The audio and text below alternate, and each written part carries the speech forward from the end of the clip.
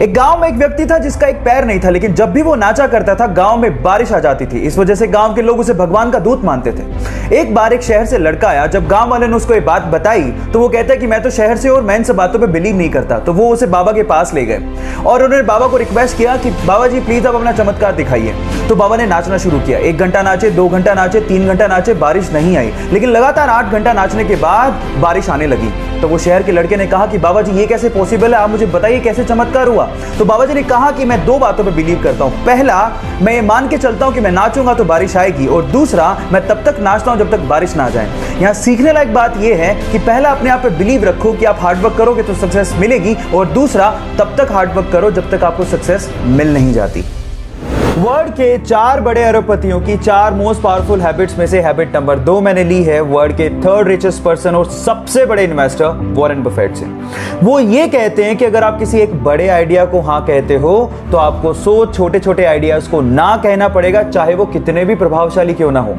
हर इंसान एक ही समय में बहुत सारी चीजों पे फोकस नहीं कर सकता, इसीलिए किसी एक आइडिया पर फोकस करना तो इंपॉर्टेंट है ही, बाकी चीजों से अपना ध्यान हटाना भी उतना ही ज्यादा इंपॉर्टेंट है। इसीलिए वो अपने पूरे दिन में 80% समय में बुक्स पढ़ते हैं और बाकी समय में अपने प्रोफेशनल ग्रोथ पे ध्यान देते हैं, बस इससे ज्यादा कुछ नहीं। बाकी बची हुई हैबिट्स के लिए मुझे फॉलो करना मत भूलिएगा। मिलते हैं अगले वीडियो में।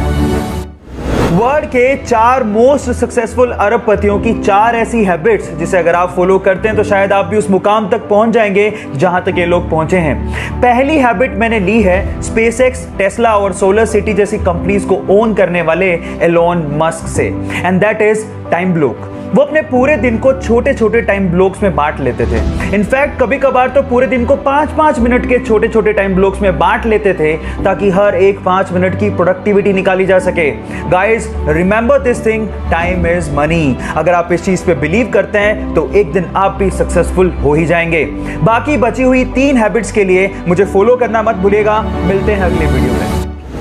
उसका सपना था कि हर एक आम इंसान भी स्पेस की सैर कर सके। वो सस्ते कमर्शियल स्पेस व्हीकल बनाना चाहता था। इसके लिए उसने अपनी कमाई का 70% पार्ट एक कंपनी में लगाया जिसका नाम था स्पेसएक्स। लेकिन शुरू के 3 रॉकेट लॉन्च अर्थ के एटमॉस्फेयर में ही तबाह हो गए। तब एक इंटरव्यू में उससे कहा गया कि अमेरिकन तुम्हारे आइडियाज पे बिलीव नहीं करते, तुम्हें अपना काम बंद कर देना चाहिए। उस वक्त उसकी आंखों में आंसू थे, लेकिन उसने कहा I will never give up. तब उसके पास सिर्फ इतना पैसा बचा था जिससे वो 4th रॉकेट लॉन्च कर सकता था, और अगर वो भी बर्बाद हो जाता तो वो और उसकी कंपनी पूरी तरह से बर्बाद हो जाती। लेकिन उसे अपने आइडिया पे बिलीव था। फाइनली उसका 4th रॉकेट लॉन्च एकदम सक्सेसफुल गया और उसके बाद नासा ने उसे $1.6 बिलियन का इन्वेस्टमेंट दिया। जी हाँ, उसका नाम है एलोन मस्क। इसलिए कहते हैं ना guys, if you have a believe in your ideas, never give up, one day you will be successful. एक बार एक पिता ने अपने बेटे को पुरानी टी शर्ट देते हुए कहा कि जाओ इसे $2 में बेच के आओ। तो उस बेटे ने उसे साफ किया और पास के रेलवे स्टेशन पर जाकर 5 घंटे की मेहनत के बाद उसे $2 में बेच दिया। अगले दिन पिताजी ने कहा बेटा ये लो एक और टी शर्ट, अब इसे $20 में बेच के आओ। तो उसने उस पे मिकी माउस का स्टिकर चिपकाया और पास के स्कूल में जाके खड़ा हो गया और एक अमीर बाप के बेटे को उस टी शर्ट को $20 में बेच दिया। अगले दिन पिताजी ने कहा बेटा ये लो एक और टी शर्ट, अब इसे $200 में बेच के आओ। उस बच्चे ने कुछ नहीं कहा। अगले दिन शहर गया और वहां पर एक सेलिब्रिटी आई हुई थी। उसने घेरा तोड़ा और सेलिब्रिटी को कहा कि इस टी शर्ट पे ऑटोग्राफ दे दीजिए। उस सेलिब्रिटी ने बच्चे को देखकर ऑटोग्राफ दे दिया और वो बच्चा वहीं बाहर खड़ा होकर उस टी शर्ट को नीलाम करने लगा और उसी टी शर्ट को उसने $2000 में बेचा। Yes, I am talking about the great player Michael Jordan. और सीखने लायक बात यहां पर यह है कि अगर आप पॉजिटिव सोच रखते हो तो रास्ते अपने आप निकल आते हैं।